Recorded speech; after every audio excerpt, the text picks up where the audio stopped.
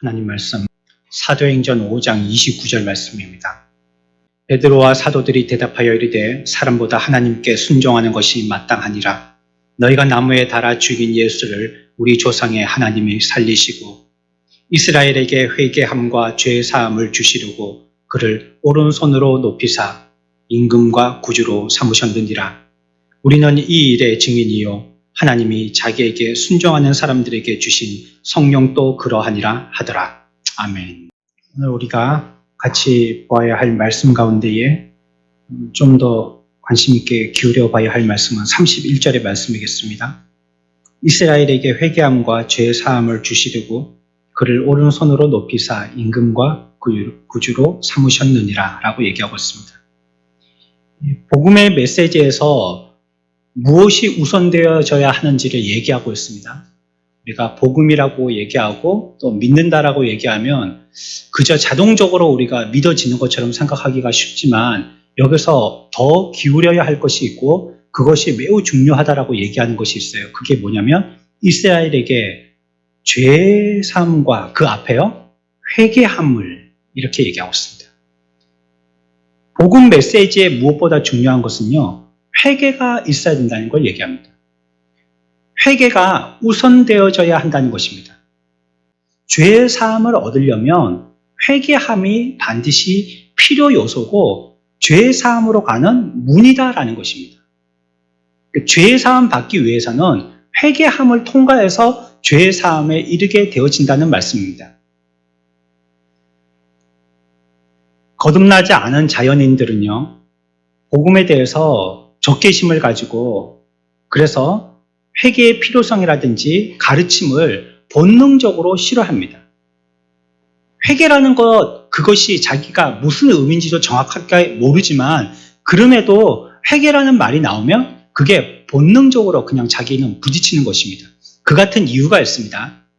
세상 사람들은 남을 비판하기를 좋아합니다. 서로 비슷하면서도요 모두 다 남 탓을 합니다. 다른 사람들을 비판하고요. 또 다른 정치인들을 비판하는 정치인을 바라보면서요. 그 신문, 그 TV를 보면서 우리들조차도요. 정치인을 또 비판하고 앉아 있습니다. 각자가 다 자기가 옳다라고 하는 자기 의에 매여 있기 때문에 그래요. 나의 기준에 보아서 그렇다는 것이에요. 제가 예전에 운동한다고 이제 그 운동하는 곳에 가서 운동하고 나오는데 라카룸이 있는데 거기서 어르신 둘이서 막 쟁론이 벌어진 거예요. 옷 갈아입으면서 가만히 들어보니까 지금 정치가 어떻고 이전 정치가 어떻고 지금 정치는 이래서 그렇고 전의 정치는 저렇기 때문에 이랬고 서로 자기들의 정치를 변호하고 지금 자기가 반대하는 그 정당의 정치가 잘못됐다고 계속 비난하고 변호하고 하는 거예요. 제가 옆에서 들어보니까 그 한도 끝도 없겠더라고요. 누가 말해도 끝이 없는 말이 지속될 수밖에 없는 정말 싸움을 하려고 하는 말뿐이 안 되겠더라고요. 그게 전부 다 뭘 가지고 판단하는 겁니까? 어디 신문에서 나왔다는 게 아니고요. 어디 뉴스에서 나왔다는 게 아닙니다. 자기가 생각할 때 그렇다는 겁니다. 그래서 그분들 가운데 한 분이 얘기하기를 이렇게 할 것 같으면 나도 대통령 하겠다 이런 소리를 하시더라고요. 우리들이 모두 다 정치는 힘든 것이고 저 정치를 하려고 하는 사람들이 얼마나 공부를 많이 했고요. 많은 경험들을 했겠습니까? 우리는 그것보다 훨씬 못하지만 그런 경험도 없지만요. 우리가 판단을 다 하는 거예요. 우리 속에 자기 의가 자리 잡고 있기 때문이죠. 그래서 이 회개라는 얘기는 우리들에게 익숙하지가 않고요. 별로 좋아하지 않습니다. 교회 와서도 회개하라는 소리를 많이 안 하는 시대가 됐고요. 회개해라 해도 회개를 잘 안 하고 많은 시대가 됐습니다. 자신을 인정하는 것보다도 자기의 잘못을 인정하는 것보다도 더 어려운 일은 없을 겁니다. 내가 잘못했어 하는 이 말을 하기에 참 힘들어하는 그런 시대인 것 같습니다. 오히려 자기의 죄를 합리화하고요. 변명하고요. 다른 사람 때문이라고 책임을 회피하는 게 훨씬 쉬워요. 하지만은 반면에 남의 죄에 대해서는 정확하게 정죄하죠. 이것이 자기의 잘못을 인정하지 않으려고 하는 이런 태도들은 모두가 타락한 결과이고 그로 말미암아 생겨난 본성입니다. 그래서 우리들은 어떤 일들이 있더라도 그냥 반사적으로 자기 보호하느라고 자기 잘못했다는 소리는 안 합니다. 회개하지 않는다는 거예요. 우리가 어느 민족에 대해서 어느 국가에 대해서 끊임없이 회개를 요청하고 있지만요. 사실 우리들도 회개할 거는 너무나도 많은 것이거든요. 근데 우리의 입장에서 우리의 회개할 바들은 생각하지 않는 거예요. 개인적으로도 마찬가지고 또 한 국가 안에 여러 지방 간의 사이에도 마찬가지입니다. 이것은 우리 가운데 이와 같은 죄의 타락한 본성이 자리 잡고 있다는 뜻이기 때문에 이 부분을 우리가 주의하고 여기서 멀리 해야 될 것은 타락한 본성이 그대로 남아있다는 뜻이기 때문이고요. 그 말은 곧 그 사람이 아직 구원받지 못했다는 뜻이기 때문에 중요한 말입니다. 끊임없이 남 탓을 하고 자기 잘못을 인정하지 않는 사람은요. 아직 거듭나지 않은 사람이라고 볼 증표가 되는 것이에요. 그게. 유감스럽게도요. 이런 태도가 21세기에 교회 안에까지 스며들어왔습니다. 바리새인적인 두뇌를 가지고 회개를 촉구하는 구식의 설교는 잘못됐다라고 얘기하는 거예요. 그리고 오늘날은 어떤 걸 설교해야 되냐면 하나님은 사랑이시다라고만 설교해야 된다는 것이에요. 그래서 교회 앞에다가도 크게 나무 명판에다가 커다랗게 하나님은 사랑이시다 써놓고 교회 들어오는 입구에도 하나님은 사랑이시다 써놓고 어떤 곳은 현수막으로 계속 바꿔가면서 하나님은 사랑이시다라고 얘기합니다. 그 말 진리 자체를 배척한다는 말이 아니라 성경에서 우리들에게 말하게 하시는 것이고 또 중심되어지는 것이 있는데 이거는 다 외면하고 우리가 듣고 싶은 소리만 들으려고 한다는 것이에요. 하나님은 사랑이시다는 이 뜻의 의미에 단순하고 또 우리를 기쁘게 하고 즐겁게 하는 것이어야지만 그것이 복음이라고 생각한다는 것입니다. 신학도 교리도 불필요하고요. 오직 우리에게는 하나님의 사랑에 대한 뜨거운 감정과 하나님의 사랑을 뜨겁게 느껴서 다른 사람들에게 기쁜 마음으로 축복해 주는 것만이 필요하다라고 얘기하는 시대입니다. 그리고 그것을 하는 것이 설교자의 의무라는 것이죠. 하나님은 사랑이시기 때문에요. 우리들에게 벌 주실 일도 없고 우리들은 벌 받을 필요도 없다는 것이고요. 그리고 율법도 필요 없고요. 형벌도 지옥도 필요 없다는 것입니다. 그러니까 이런 모든 죄악에 관계되어지는 것들을 해결하는 방법이라든지 또 궁극적으로 그들이 가야 될 곳이라든지 이런 것들이 전혀 필요하지 않으니까요. 회개는 당연히 필요하지 않다라고 생각한다는 것입니다. 의와 공의와 율법과 처벌과 정죄 이런 단어들은 이제 구시대에나 쓸 법한 설교의 단어들이니까 신시대에는 이런 단어들을 사용해서는 안 된다라고 얘기하는 것입니다. 그리고 어떻게 해서든지 조금씩 이 단어들의 색깔을 빼나가고 있어요. 이렇게 된다면 기독교는 굉장히 세상과 이질적이지 않아야지만 교회이다는 정의가 세워질 수도 있습니다. 누구든지 들어와서 부딪히지 아니하고 누구든지 들어와서 어떤 얘기를 듣더라도 그것이 자연스럽고 익숙하고 다 수용할 만한 그것이 교회야지 된다는 여기에까지 이룰 수 있다는 것입니다. 이것이 오늘날 얘기하는 똑똑하고 현대적이고 교양이 있는 성도들의 요청입니다. 그저 예수를 구주로 모시기만 하면 되고 회개는 각자가 자기의 양심에 찔렸을 때 그때그때만 하면 되는 문제로 치부해버린다는 것입니다. 과연 회개가 그런 문제일까요?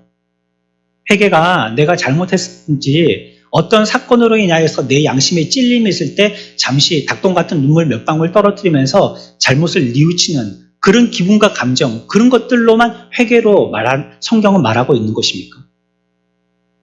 아니요. 성경은 뭐라고 얘기하고 있냐면요. 항상 회개가 최우선돼야 된다고 얘기하고 있습니다.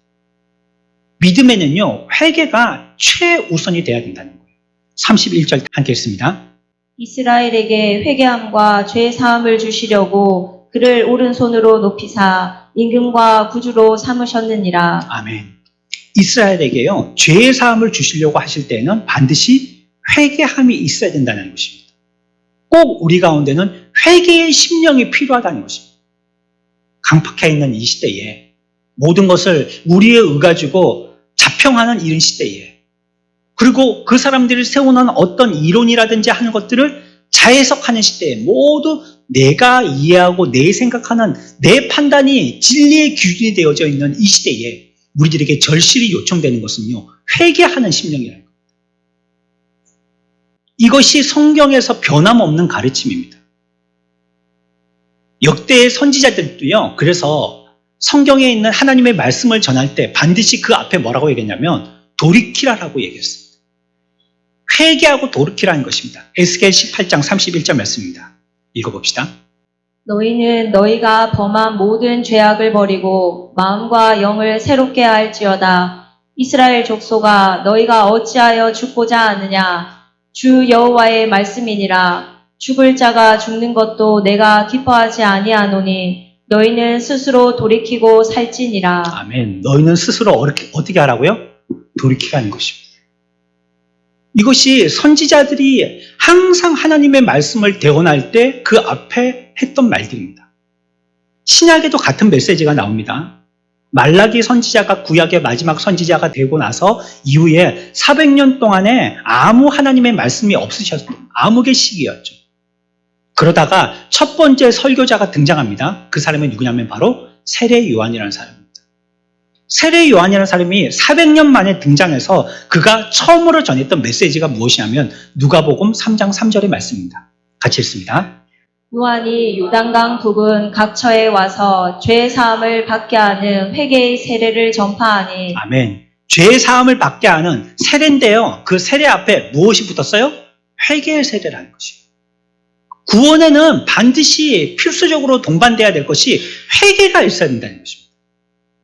오늘 읽었던 31절의 말씀과 같이 회개가 없이는요, 죄 사함도 없는 것입니다. 우리가 진심으로 하나님 앞에 회개한 것이 없었다면요, 그 사람은 아직 거듭나기 전의 사람입니다. 회개의 메시지는 신약에 등장하는 첫 설교자의 첫 메시지고요. 또 두 번째 설교자가 나타나시는데 그분이 바로 누구시죠? 예수 그리스도이십니다. 그분이 나타나서 세례 요한과 같이 똑같은 메시지를 전하고 있습니다. 마가복음 1장 14절에서 15절, 두 번째 설교자인 예수님이 오셨을 때도 이렇게 말씀하셨습니다. 함께 읽읍시다. 요한이 잡힌 후 예수께서 갈릴리에 오셔서 하나님의 복음을 전파하여 이르시되 때가 찼고 하나님의 나라가 가까이 왔으니 회개하고 복음을 믿으라 하시더라. 아멘. 복음을 그냥 믿는 게 아니고요. 어떻게 하고 믿으라고요? 회개하고 믿습니다. 이 시간에도 하나님의 말씀을 들을 때에 회개하고 듣기를 축원합니다. 내 마음에 하나님의 말씀이 들려진다면 여러분들이 이 시간에 바로 즉시로 회개하는 것이 필요한 것입니다. 베드로의 설교를 들었을 때 청중들은 어떻게 반응했습니까? 모두 다 함께 그 말이 진리임을 알고 무릎을 치면서 이제 우리가 어찌했으면 좋겠습니까? 이렇게 얘기했어요. 우리가 어찌할꼬 이렇게 했어요. 그럴 때 베드로가 한 말이 있습니다. 사도행전 2장 38절이죠. 너희들은 어찌할꼬 하지 말고 이렇게 하라는 것입니다. 같이 읽읍시다. 베드로가 이르되 너희가 회개하여 각각 예수 그리스도의 이름으로 세례를 받고 죄 사함을 받으라. 그리하면 성령의 선물을 받으리니. 아멘. 뭘 받으라고요? 세례를 받고 또 뭘 받아야 된다고요? 죄 사함을 받아야 된다는 겁니다. 세례를 받고 죄 사함을 받아야 된다는 거예요. 그러려면 어떤 문을 통과해야 되냐면 어떻게 해요? 회개해야지 된다는 것입니다. 그렇게 죄 사함 받을 때 뭘 선물로 받아요? 성령을 선물로 받는다는 거예요. 그러니까 회개의 관문을 통과하지 않고서는요, 우리에게는 세례를 받는 것이나 죄 사함을 받는 것이나 성령을 선물로 받는 것이 안 되는 것입니다. 이 문을 통과해서 여기에 들어가야지만 그 모든 것들이 갖추어져 있는데 이 문 자체를 통과하지 않는다면 안 되는 것이에요. 이것이 성경에서 전체적으로 얘기하고 있는 것이기도 한 거예요. 뭘 하라고요? 우리에게 회개하라는 것입니다. 회개. 천국이 가까워왔음을 우리들에게 얘기할 때 회개하라는 것입니다. 그날을 대비하는 우리의 자세는요, 회개하는 것이라는 거예요. 뭘 많이 준비하고 뭘 갖춰놓고 뭐 실력자가 되고 또 무슨 상을 많이 따놓고 사람들한테 인정받고 이르기 전에 우리들이 최우선으로 해야 될 것이 내 개인적으로는 하나님 앞에 회개하는 자가 되어야 된다는 것입니다. 자기의 가슴을 찢고 하나님 앞에 죄를 뿌리면서 이 세상에 홀로 남은 자와 같이 하나님 앞에 회개하는 심령이 되어야 된다는 것을 성경은 얘기하고 있는 것입니다. 회개가 왜 중요합니까? 우리들에게 이와 같이 말씀하실 때 회개가 우선이라고 말씀하신다면 세상과는 반대로 세상은 거부하고 단절하고 고개를 돌리지만 우리에겐 절실하게 필요한 것이 회개라고 말씀하시는데 회개가 왜 필요한 거예요? 그토록 싫어하고 저항하고 모욕으로 여기는 이 회개를 우리가 출발점으로 삼아야 되는 이유가 무엇이냐는 것입니다. 왜냐하면 앞에서 말씀드린 것처럼 회개가 꼭 필요하기는요, 구원이 우리들에게 절실하기 때문입니다. 우리가 구원을 얻으려면 회개가 없이는 안 되기 때문이에요. 회개가 없으면요, 구원은 없는 것입니다. 주님 또 회개해야지만 죄 사함 받는다라고 말씀하세요. 누가복음 24장 47절 말씀입니다. 같이 봅시다. 또 그의 이름으로 죄 사함을 받게 하는 회개가 아멘. 죄 사함을 받게 하는 회개라는 것이에요. 구원받는 데는 뭐가 있어야 된다고요? 회개가 반드시 필요하다는 것입니다. 하나님이 세상을 어떻게 구원해 주셨습니까? 디도서 2장 14절에 보면 그가 우리를 대신하여 자신을 주심은 모든 불법에서 우리를 속량하시고 우리를 깨끗하게 하사 선한 일을 열심히 하는 자기 백성이 되게 하려 하심이라 라고 얘기하고 있습니다. 우리를 구원시켜 주신 목적은 뭐 때문이냐면 그의 뭐 되게 하려고 하신다고요? 백성 되게 하려고 하신다는 거예요. 하나님의 백성 되게, 그분의 백성 되도록 우리를 구원시키셨다라고 얘기하고 있습니다. 그래서 그 백성들이 모여있는 곳에 한 나라를 이루시고 그곳에 통치하시는 왕이 되시려고 하나님이 우리를 구원하신 것입니다. 그래서 이 시대에 참으로 우리의 왕이신, 우리의 대통령이신 하나님을 섬기며 하나님의 나라의 사람들이 되도록 하기 위하여 우리를 구원하셨다라고 성경은 얘기하고 있는 것이에요. 또한 여러분에게 구주가 필요하다는 말은요, 지금 우리들이요, 죄에 빠져서 잘못된 삶을 살고 있다는 것입니다. 내가 특별히 잘못되지 않았다면 잘 되기를 원할 리가 있겠습니까? 여러분들이 이가 아프지 않은데 치과 갈 리가 있겠어요? 치과 간다는 말은요, 지금 이가 아프다는 거고요. 이게 정상적이지 않아서 정상으로 돌리고 싶다는 말입니다. 내가 머리가 아파서 병원에 갔다면 이게 정상이 아니기 때문에 정상이 되고 싶다는 뜻이에요. 여러분들이 내가 지금 구주가 필요하다는 말은요, 내 삶 가운데 죄에 빠져 있다는 삶이기 때문에 나를 여기서 구원할 어떤 분이 필요하다는 것입니다. 그러니까 그것은 내가 지금 죄에서 구원받지 못했다는 것이죠. 하나님의 심판대에서 지옥 형벌을 받아서 마땅하다는 사실을 깨닫는 거죠. 이것이 우리가 지금 구주가 필요하다는 말 속에 포함되어 있는 내용인 것입니다. 이러므로 말미암아 과거에 살아왔던 나의 삶과 과거에 저질렀던 행동들을 새롭게 볼 수 있게 되어지는 것입니다. 이것이 바로 회개입니다. 회개라는 것은 딴 세계 가운데 있다가 하나님의 세계로 들어오는 것입니다. 다른 이방 백성 가운데 되어 있다가 하나님의 백성이 되는 것입니다. 그리고 그 가운데 또한 나의 잘못을 깨닫고 지난날에 우리의 지옥 형벌받을 우리의 죄악된 삶들, 이런 것들을 깨달아가는 것입니다. 그게 회개인 것이에요. 구원은 우리가 하나님하고 화목하는 것이죠. 이것은 그냥 보이는 시각적인 화목뿐만이 아니라 인격적인 화목을 얘기하는 것입니다. 요한은 뭐라고 말하냐면 그는 빛이시기 때문에 어두움이 조금도 없다라고 말씀하세요. 그래서 우리가 그분과 교제를 맺고 친교하기 위해서는 우리들 또 그와 같이 닮아야 된다는 것입니다. 그러면 그분이 빛이시고 어두움이 없기 때문에 그분을 닮아서 교제하기 위해서는 우리 가운데도 뭐가 없어야 돼요? 어두움이 없어야 된다는 거예요. 그리고 우리들도 빛 가운데 있어야 된다는 거예요. 그래야지 그분과 친교하고 교제할 수 있는 것이고요. 그럴 때 그분을 닮아가는 것입니다. 이것이 회개입니다. 물론 감정적으로 우리가 슬퍼하거나 나의 죄에 대해서요, 애통해야 하는 것도 회개가 분명합니다. 그 전에 우리가 기억해야 될 것은요. 이와 같이 내가 하나님과 가까이 가서 하나님과 교제할 만한 사람이 되지 못하였음을 절실하게 하나님 앞에 깨닫는 거예요. 그리고 그분을 닮아가는 것입니다. 그래서 회개라는 영어 단어가요. repent라는 단어입니다. 이 단어의 뜻은 무슨 뜻이냐면 다시 생각하라는 겁니다. 다시 한번 생각한다는 뜻이에요. 사실은 이것이 복음의 요청입니다. 뭘 하라는 거예요? 우리들에게 다시 생각하라는 겁니다. 기독교는 일종의 진통제나 아편제가 아닙니다. 오히려 그 반대죠. 여러분들이 만약에 오늘 이 말씀의 설교를 듣고요. 집에 가서 이 설교에 대해서 한 번도 생각하지 않았다면 오늘 저는 나쁜 설교를 한 사람입니다. 좋은 설교는 무엇이냐면 그 설교를 듣고 집에 가서 자기의 삶을 다시 한번 뭐 하는 거예요? 생각해 보는 거예요. 그게 좋은 설교입니다.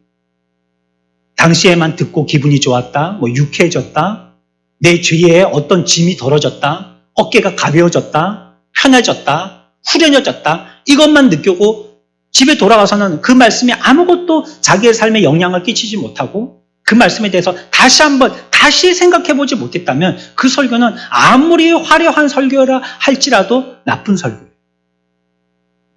우리의 인생을 다시 한번 생각하게 하는 설교. 그게 좋은 설교예요. 세상의 비극은 그래서 무엇에 있습니까? 사람들이 생각하지 않는다는 것이죠. 저런 범죄가 일기까지 그 사람들이 생각했을까요? 저렇게 문제가 크게 확산될 때까지 그들이 생각했을까요? 그렇지 않고 그냥 하는 거예요. 그냥 본능적으로 속에서 그냥 올라오는 생각 가지고 앞뒤 가리지 않고 계산해보지 않고 그냥 하는 거예요. 우리의 말보다 생각이 더 빨라야 합니다. 우리들은 이게 훈련이 안 돼 있다 보니까요. 생각보다 말이 더 빨라요. 그리고 집에 가서야 다시 한번 생각해요. 이거는 훈련의 문제입니다. 말보다요, 생각이 빨라야 됩니다. 먼저 생각해야 돼요. 사람들은 생각하지 않고요. 그 때문에요, 일종의 지적인 자살을 저지르는 이런 상태에 이르게 되어졌어요. 매사에 어떤 누가 무엇인가를 얘기했다면 그 편견에 사로잡히고요. 하지만 성경은 우리들에게 얘기하고 있기를 열심히 생각하라고 얘기하고 있습니다. 다시 생각해야 될 것이고 이것이 우리들이 회개하는 것이라는 거예요.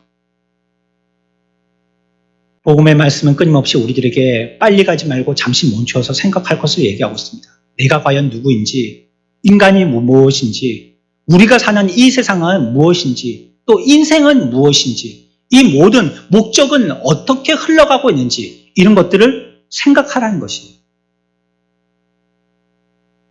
내가 지금 이렇게 두 다리를 튼튼히 하고 열심히 내가 가고 싶은데 먹고 싶은데 보고 듣고 하고 있지만 내가 앞으로 어떻게 될지 생각해 보라는 거예요. 여러분들의 장래는 앞으로 밝을지 아니면 시간이 갈수록 더 어두울지 생각해 보라는 것이에요. 이 문제를 해결하지 않고 여러분들의 삶은 밝을지 어두울지 생각해 보라는 것이에요. 내가 정말 그리스도인으로서 마땅한 삶을 살고 있는지 아니면 아무나 봐도 내가 교회 다니는 사람인지 알아보지 못하는 일반 보통 사람들의 자연인의 모습을 그대로 갖고 있는지 생각해 보라는 것이에요. 천하난장을 가지고 무엇인가 물건을 사려고 할 때에도 생각해 보라는 거예요. 남이 뭐라고 하는 말을 다 듣지 마십시오. 특히 뉴스나 유튜브 같은 내용, 비정상적이고 성정적인 내용만을 우리에게 계속 전달합니다. 우리가 만약에 생각하지 않는다면 자기 편견이든지 충동이든지 정욕이든지 욕망을 따라 살게 될 것입니다. 그냥 그렇게 동물들처럼 살게 될 것이라는 거예요. 복음은 우리들에게 말합니다. 멈추라는 거예요. 빨리 달리기를 멈추라는 거예요. 시대에 발맞춰 나가느라고 그렇게 빨리 허겁지겁 달려갈 필요가 없다는 거예요. 멈추라는 것입니다. 멈추고 죽음 너머를 생각하라는 거예요. 그리고 너희의 죽음도 생각해보라는 것입니다. 내가 당장 이 시간에 죽는다면 과연 두려울 것인지 기쁠 것인지 생각해보라는 거예요. 내 주변에 있는 가족들이 나를 둘러서 있고 나는 침대 한가운데 누워가지고 잠시 후면 임종을 맞이할 그때가 되었다면 내가 기쁨 가운데 천사와 환영받으면서 천국에 이르를 수 있을 것인지, 아니면 어두컴컴한 지옥에 영원한 소망이 없는 멸망 가운데 사탄하고 같이 그 지옥의 구렁텅이에 빠지게 될 것인지 생각해 보라는 거예요.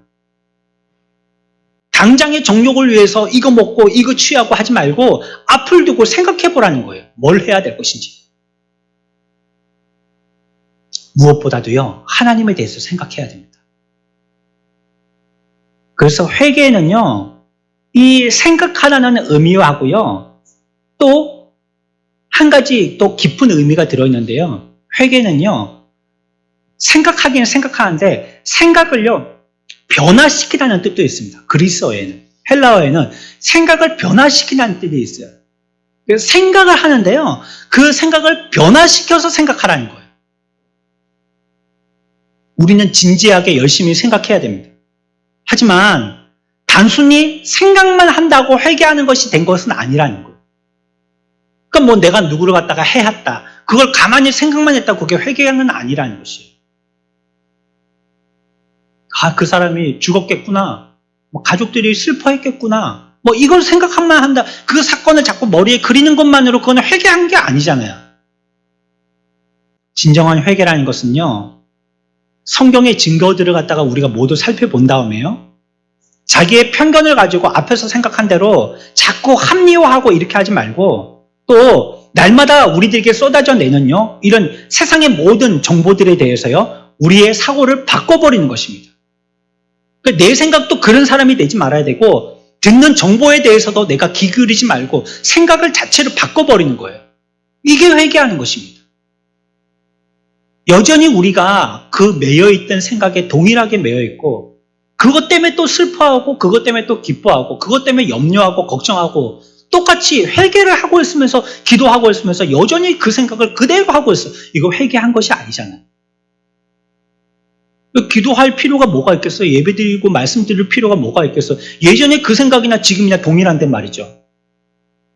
예배드리기 전에 염려하고 근심하고 걱정했던 거 예배드리고 나서도 동일하게 집에 갖고 가는데 그거 뭐 하려고 예배드리고 기도하겠어요? 참 회개는요, 생각을 변화시키는 겁니다. 이제 이 시간에 예배드리고 집에 갈 때는 예배드리기 전에 그 생각들이 바뀌어야 돼요. 무엇보다도요, 어떤 생각이 바뀌어야 됩니까? 하나님에 대한 생각이 바뀌어야 됩니다. 사람들은 뭐라고 생각하냐면, 신은 자기들을 해롭게 하고 자기들을 두렵게 한다라고 생각해요. 그래서 그 신들의 형상을 보면 막 압도하고요, 공포를 자아내는 그러한 모양으로 만들어놨습니다. 절에 갈 때 일중문 같은 데 들어갈 때 보십시오. 눈알이 이만큼 튀어나와 있고, 손에는 꼭 무기를 들고 있고, 몸은 우리보다 한 10배는 더 크고, 또 부리부리해서 다른 데를 쳐다보고 있는 게 아니고 문 옆을 지나가는 우리를 주시하고 있고, 두렵고 떨리게 만들잖아요. 요즘 또 아이들이 하는 게임의 캐릭터들을 보세요. 그 귀신들이고 괴물들이잖아요. 섬찟섬찟 하잖아요. 우리가 만든 만화다, 애니메이션 그림이다 싶으니까 거기에 대해서 우리가 그렇게 많이 두려움을 느끼지 않죠. 이제 요즘에는 얼마나 실감 있게 그리는지 이게 현실의 사람인가 싶을 정도로 그려놓으니까 말이죠.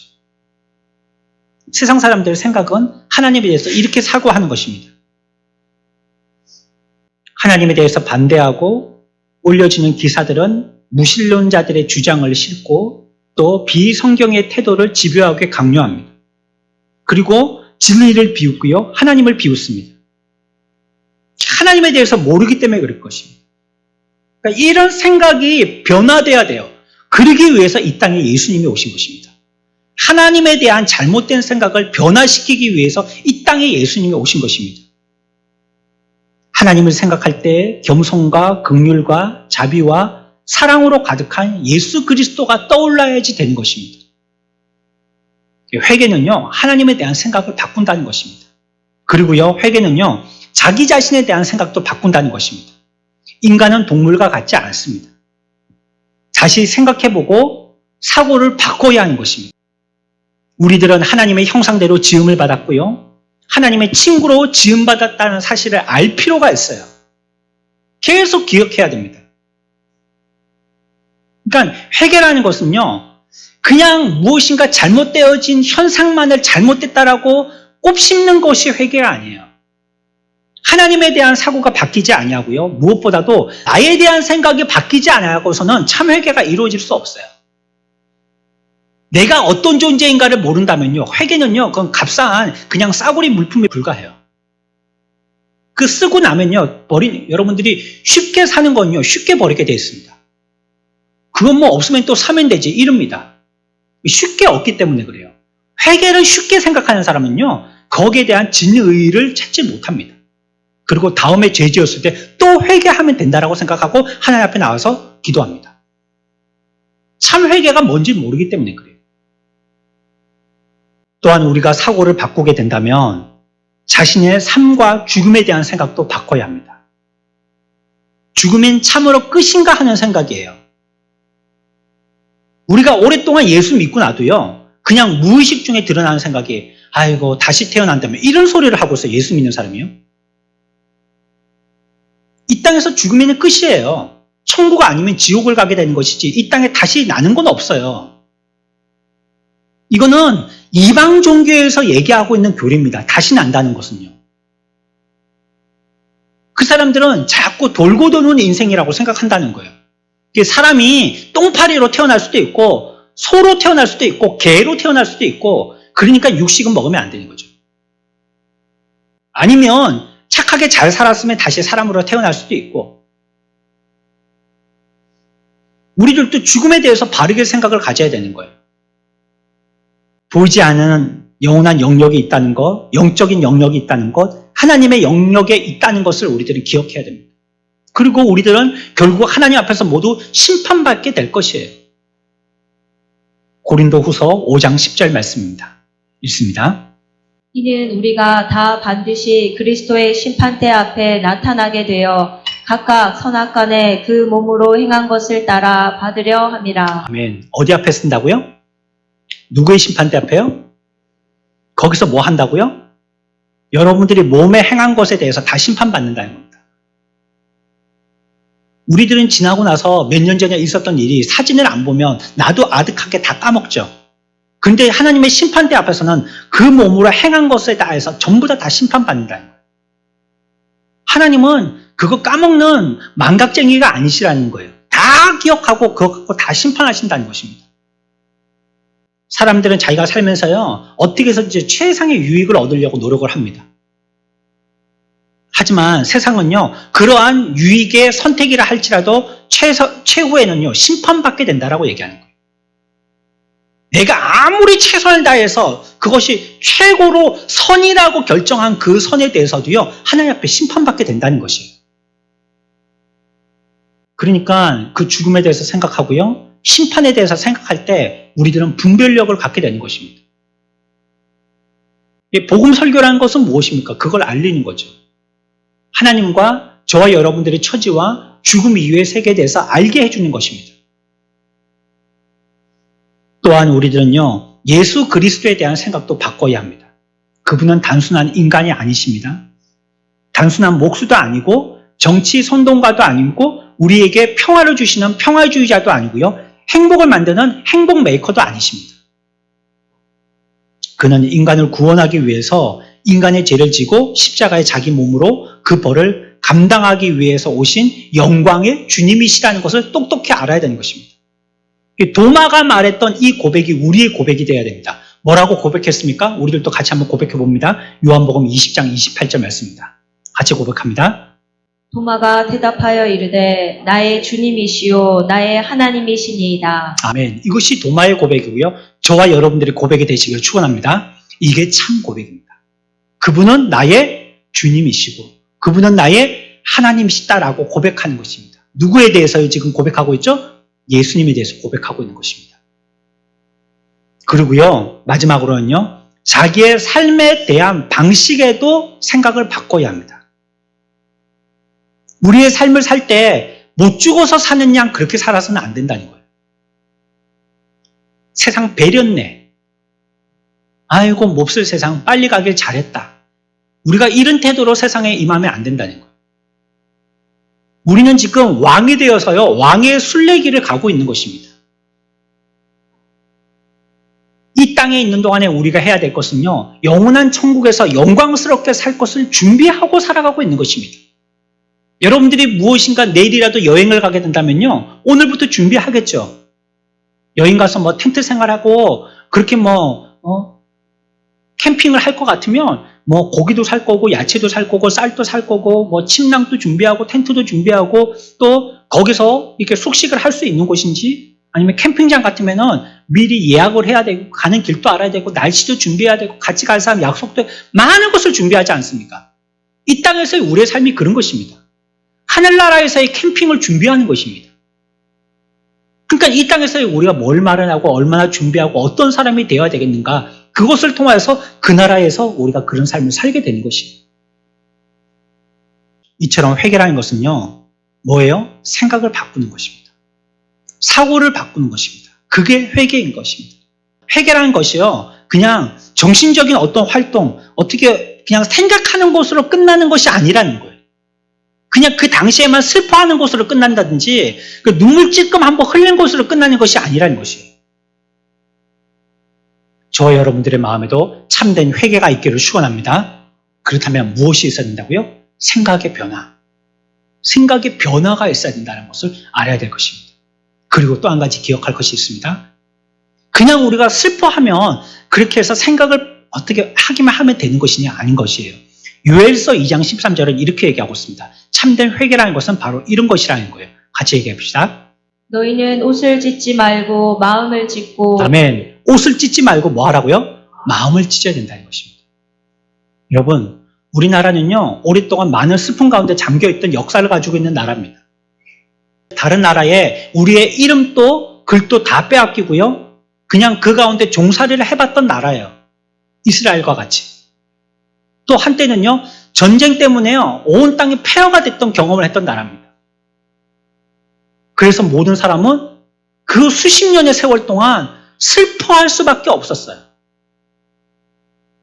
언제 기쁨이 있었어요? 언제 즐거움이 있었습니까? 한 번 지나고 나니까 또 연이어서 또 슬픔이 찾아오고 끝없는 슬픔 가운데 있잖아요. 그래서 우리나라에만 있는 그런 정서가 있대잖아요. 얼마나 슬픈지 이것이 켜켜이 쌓여가지고 뭐가 됐어요? 한이 된 거예요. 한의 정서는요, 기쁨이 아닙니다. 뭐예요? 슬픔입니다. 슬픔. 늘 슬퍼하는 거예요. 에고 하면서 늘 슬퍼하는 거예요. 하지만 이런 슬픔 가운데서도 우리가 정신 못 차리는 것은요, 그 가운데 회개하지 않았다는 것입니다. 그냥 에고하고 슬퍼하기만 하지 회개하지 않았다는 거예요. 우리가 장례식장 가면 이런 슬픔의 모습들을 자주 보지 않습니까? 그 유족들이 얼마나 슬퍼합니까? 그 아는 지인들이 와서 일가 친척들이 얼마나 슬퍼합니까? 거기에 엎드려져서요, 대성통곡을 하죠. 그러나 회개하지는 않는 거예요. 이러한 슬픔의 모습을 보고도 그것을 나에게 주신 하나님의 회개 기회로 삼고 회개하지는 않는다는 거예요. 예전으로 돌아가서 하나님을 생각하지도 않고 먹고 마시고 행복을 추구하죠. 오늘날 현대의 삶을 보십시오. 새마을 운동이니 어쩌니, 우리나라가 톱10에 들었니 어쩌니, G7에 들었니 어쩌니, 그리고 수출이 어떻고 반도체가 어떻고 세계 강대국가 어깨를 견줄만 하고 우리가 더 좋은 무기를 갖고 있고 이렇게 자랑하지만 어디 회개한다는 말이 있습니까? 지난날의 삶들에 의해서 어디 회개한다는 말이 있어요? 회개하지는 않아요. 하나님이 그런 기회를 통해서 우리들에게 회개의 기회를 주셨는데요, 우리들은요, 옷만 찢고 있다는 거예요. 맨날 옷만 찢고 앉아있어요. 정작 뭘 찢어야 되는데 그건 안 찢어요? 마음은 안 찢는다. 그걸 통해서 하나님 앞에 회개하지는 않는다는 거예요. 여러분들에게 만약에 하나님이 어떤 슬픔의 기회를 주셨다면 그 기회는 분명 회개의 기회입니다. 여러분들은 회개하라고 그 기회를 주셨어요. 내가 지난날에 어떤 삶을 살았는지 분명 그 슬픔을 통해서 우리들은 되돌아보게 되어 있습니다. 슬픔만 하지 말고요, 그때를 통해서 내가 내 마음을 찢고 회개해야 된다는 것이에요. 회개는 전 인격과 연관된 일이고요, 마음과 연관된 일입니다. 회개하는 사람은 그저 지적으로만 죄에 대해서 숙고하는 것이 아닙니다. 회개는 베옷을 입고 죄를 뒤집어 쓰고 자리로 우리를 몰고 갑니다. 그리고 머리부터 마음에 이르기까지 전 인격적으로 우리의 변화를 요청하는 것입니다. 전부가 변화가 되어야 되는 것이에요. 회개는 첫 번째 뭐라고 그랬어요? 우리의 삶 가운데서요? 생각하는 것이라고 그랬죠. 사고를 변화시키는 것입니다. 생각하는데 그것이 그냥 생각을 이렇게만 저렇게만 생각을 변화시키는 것으로만 끝나는 것이 아니라 그 가운데서 우리들은 진정으로 슬퍼할 줄도 알고요. 마음으로 그 슬픔에 대해서 회개로 이어질 줄 알아야 된다는 거예요. 그게 정말 회개인 것이에요. 그리고 또한 자기의 죄를 인정해야 됩니다. 자기의 죄를 하나님 앞에 깊이 있게 보고요. 그 죄를 고백해야 됩니다. 내 평판이 어떻게 되든지 서로 간에 비교하고 견줄 이유도 없고요. 내가 바보이고 어리석다는 것에 대해서 하나님 앞에 인정해야 됩니다. 그것이 참된 회개인 것이에요. 그리고 결국은 우리의 삶에 그러한 태도와 생각을 바꿨고 우리의 마음도 그렇게 바꿨다면 이제 그것을 행동으로 옮기는 것입니다. 여러분들의 생각이 잘못됐고 여러분들의 삶이 잘못됐다는 것을 깨달았다면요. 그 삶을 버리고 정반대로 가는 것입니다. 여러분들이 집에 보면 창고에 다락에 저기 빈 좁은 공간에 어떤 데에는 막 마루 밑에 얼마나 꽉꽉 차 있습니까? 그러니까 우리가 볼 때는 이거는 1톤짜리 차만 오면 이사 다 할 것 같은데요. 이삿짐 하시는 분이 와갖고 이건 5톤짜리 차 갖고도 안 된다는 거예요. 정말로 이사한다고 짐을 꺼내보니까요. 얼마나 짐들이 많은지 몰라요. 그 대부분은 뭐 하는 거예요? 1년 내내 한 번도 안 쓰는 겁니다. 여러분들이 만약에 그 일이 2번 이상 반복된다면 그건 버려야 될 겁니다. 사고 버리고 인생이 그런 거죠. 맨날 헛일 하고 있는 거죠. 죽으라고 좋다고 샀다가 얼마 못 쓰고 또 버리는 거예요. 시대가 바뀌었다, 색깔이 변했다, 디자인이 어떻다 맨날 그러고 있는 거예요. 그러면서 정작 우리의 잘못에 대해서 회개한다고 하면서요. 지난날의 삶에 대해서는요. 그걸 버리지 않는 거예요. 참 버려야 될 것은 안 버리고요. 더 써도 되는 거는 계속 갖다 버리는 거예요. 데살로니가 전서 1장 9절입니다. 함께 읽습니다. 그들이 우리에 대하여 스스로 말하기를 우리가 어떻게 너희 가운데에 들어갔는지와 너희가 어떻게 우상을 버리고 하나님께로 돌아와서 살아계시고 참되신 하나님을 섬기는지와 아멘. 이것이요 회개의 최종 단계입니다. 우리가 어떻게 했는지에 대해서 생각을 하고요. 우상도 버리고 결단해야 된다는 것이에요. 그것이 잘못인지 알았는데 또 그 잘못을 반복적으로 해요. 안 버리고. 그러면 사실 회개한 건 아니죠. 진짜 회개한 거 아니에요. 그게 그렇게 슬프고 마음이 찢어지도록 아팠다면요. 이게 다시는 안 해야 되는데 또 했다면 회개한 게 아니란 말이에요. 하나님과 반대되는 삶, 정욕과 욕망을 토대로 세상을 쫓았던 삶, 이런 것에서 모두 다 돌이키는 것입니다. 이것이 회개입니다. 그래서 사도들은요, 메시지를 전할 때 이 말씀을 듣고 이렇게 하려면 들으라는 거예요. 생각을 가지고, 생각을 하고, 생각을 변화시키고, 슬퍼하고, 또 자기의 삶에서 무엇이 잘못됐는지 여기에 대해서 변화를 일으키고, 그리고 행동하고, 애까지 이르려면 들으라는 거예요. 안 그러면 들어도 소용이 없는 겁니다. 들어서 뭐 하겠어요? 집에 들어가면 똑같은데. 그래서 사도들의 메시지의 맨 앞에 항상 회개를 먼저 얘기한 겁니다. 회개하는 심령이 돼야지 이 말씀이 유효하다라고 얘기하는 거예요. 백성들이 몇 주 전까지만 해도 저를 없이 하소서 생각했던 그들의 생각이 바뀌어서요. 이제 우리가 어찌할꼬 하고 베드로 앞에서 고백합니다. 그 이유는 무엇입니까? 그들이 그 말씀을 들었을 때 성령께서 그들을 깨닫게 해주셨기 때문입니다. 우리의 회개는 우리의 깨달음과 우리의 지식을 가지고 우리의 의지로 되는 것이 아니고요. 성령의 은혜 주셔야지만 되는 것입니다. 성령께서 우리들에게 함께하여 주시지 아니하신다면 지식의 편달로 끝나는 것이고요. 감정의 순화로 끝나는 것이고요. 그냥 그렇게 하려고 하는 작심삼일의 의지로 끝나버리고 마는 것입니다. 그러나 성령께서 함께 하신다면 우리의 마음의 생각들이 밖과 같이 완전히 뒤집어 엎어져서요. 새로운 사람으로 변화되게 될 것입니다. 성경 우리들에게 무엇보다 중요한 것이 죄사함 받기 위해서는 뭐가 필요하다라고요? 회개가 필요하다는 것입니다. 이 시대 여러분들, 우리가 구원받은 하나님의 백성이 되었다면요. 하나님께서 계속 주시는 이런 사건들과 슬픔의 일들로 통해서 우리에게 뭘 말씀하시려고 하시는 걸까요? 우선적으로 거기에 깨닫게 이르기 위해서는요. 먼저 회개하는 자세가 필요합니다. 천부여 의지 없어서 두 손 들고 옵니다. 우리의 죄를 용서하여 주시옵소서. 전부 하나님의 말씀 앞에 회개의 마음으로 나아가는 저와 여러분들이 되어야 하겠습니다.